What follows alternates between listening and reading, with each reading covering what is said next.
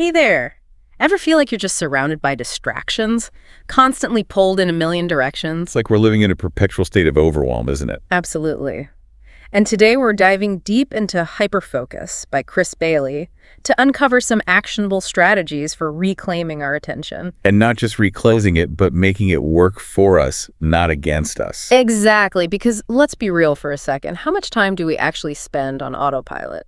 Just going through the motions. Oh, tons. Probably way more than we'd like to admit. Right, like remember Beth from the book, her morning routine? Oh, yeah. Talk about relatable content. Totally. Waking up, going through the motions, heading to work, all while her mind is a million miles away. Bailey calls that being busy without being productive. And it's such a trap because we convince ourselves that as long as we're moving, we're making progress. When in reality, we're just stuck in this low-grade multitasking mode, never fully engaging with anything. Okay, so how do we break free from that? How do we escape the autopilot trap and actually start being intentional with our attention? Well, Bailey lays out a really helpful framework in the book. He divides tasks into 4 categories based on whether they're productive or unproductive and enjoyable or unenjoyable. So like a productivity matrix. Exactly. And these combinations create 4 distinct types of activities: necessary, unnecessary, distracting, and purposeful. Okay, break this down for me. So, necessary tasks. These are the things we might not enjoy doing, but they need to get done. Yeah. You know, paying bills, scheduling appointments, that sort of thing. Have-to-dos, got it. What about unnecessary? Those are the time wasters, the things that neither bring us joy nor move us forward. So think aimlessly scrolling through social media or binge watching a show you don't even really like. Been there, okay, and distracting. Those are the tricky ones, right? Exactly. These are the activities we genuinely enjoy, but they don't actually contribute to our goals or well-being. So think playing video games for hours on end or getting sucked down an internet rabbit hole. Okay, and finally, purposeful tasks. This is where the magic happens. This is the sweet spot where productivity and enjoyment intersect. Give me an example. Well, think about a hobby you're passionate about or a project at work that you find truly engaging. Those are purposeful tasks. They're both enjoyable and productive.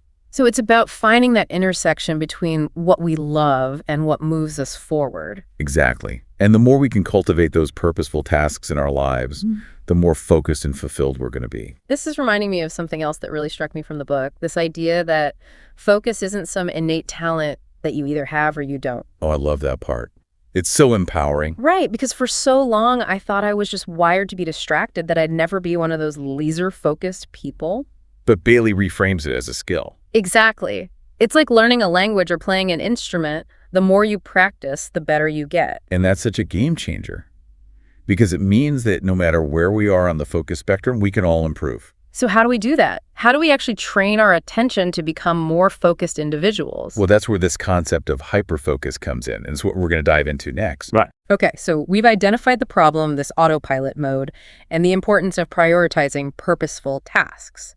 Now, how do we actually tap into this hyperfocus that Bailey keeps talking about? Well, imagine for a moment that you've chosen a task that truly matters to you, something that lights you up inside. Got it.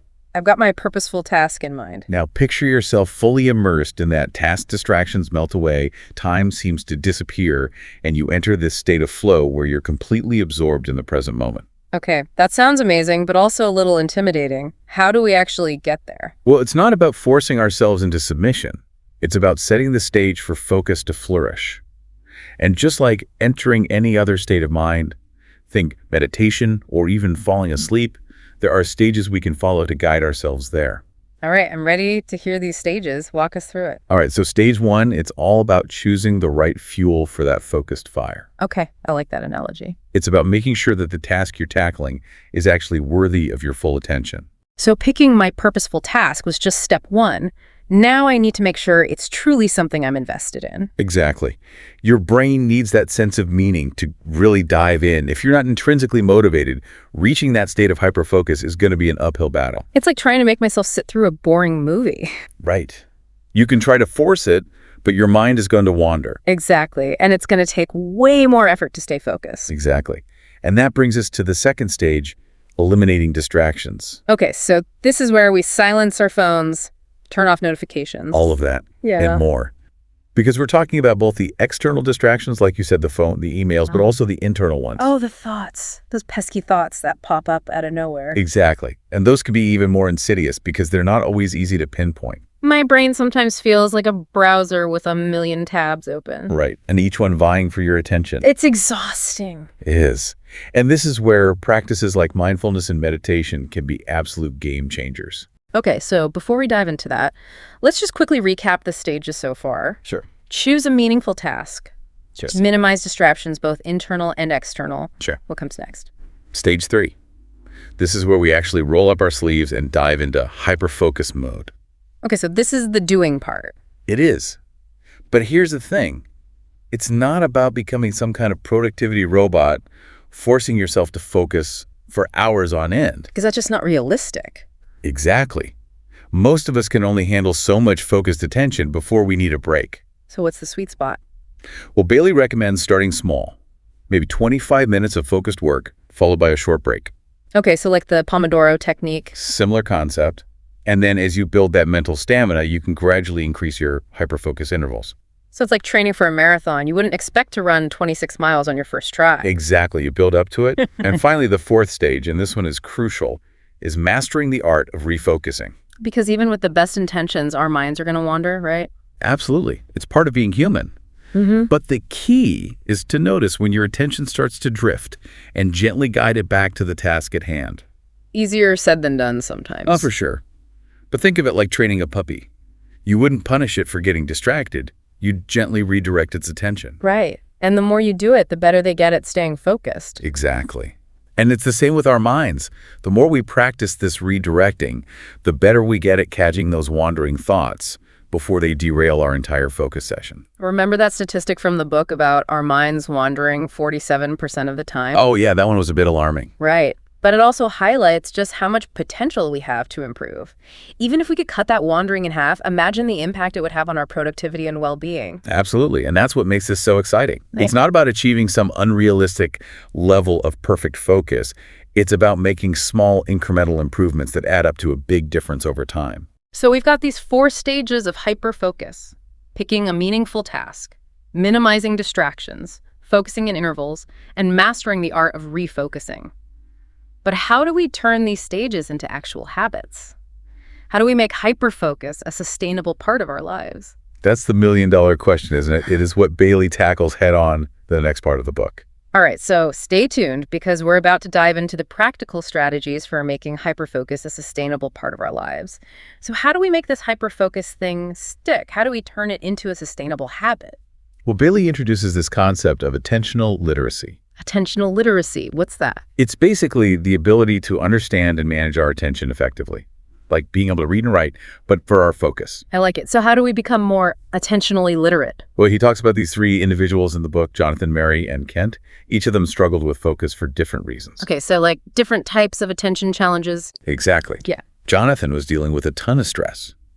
Mary was super disorganized, and Kent, he was easily distracted by, well, just about anything. And I'm guessing most of us can relate to at least one of those. Oh, absolutely. Why? We might even be a combination of all 3, depending on the day. Right. Some days are definitely more challenging than others when it comes to focus. So what's the solution?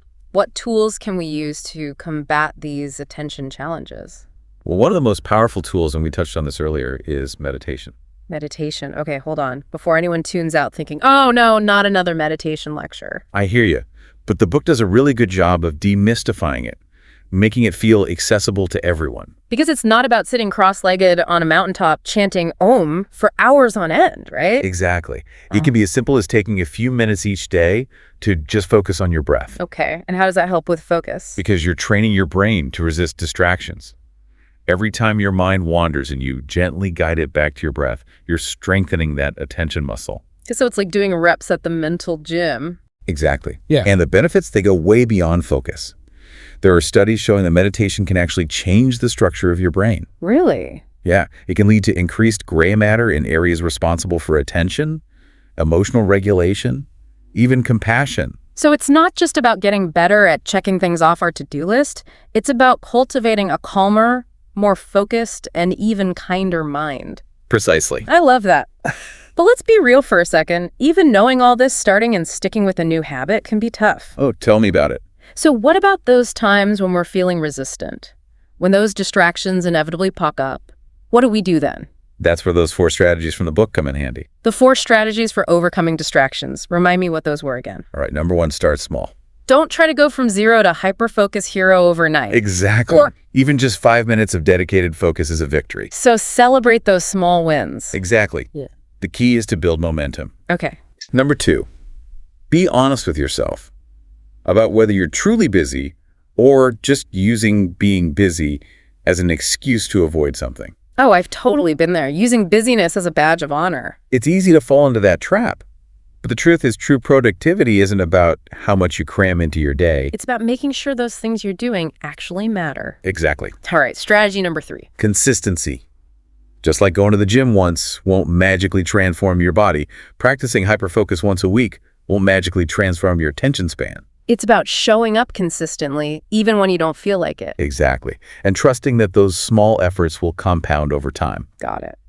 And the 4th and final strategy. Knowing when to recharge hyperfocus isn't about pushing yourself to exhaustion. It's about finding a sustainable rhythm. So it's not about becoming a productivity robot. It's about listening to our bodies and our minds and knowing when to hit the reset button. Exactly. What are some signs that we might be due for a recharge? Well, if you're finding it impossible to focus even on tasks you usually enjoy, that's a big one. Okay, what else? If your motivation is just plummeting, or if it's taking you twice as long to complete simple tasks. Those are all signs that our mental energy is depleted. Exactly. And that's when you know you need to take a break. And not just any break, right? Scrolling through social media for an hour probably isn't going to cut it. You got it. It's about choosing activities that genuinely replenish your mental energy. And this is where that statistic from the book comes in. The one about sleep. Yes.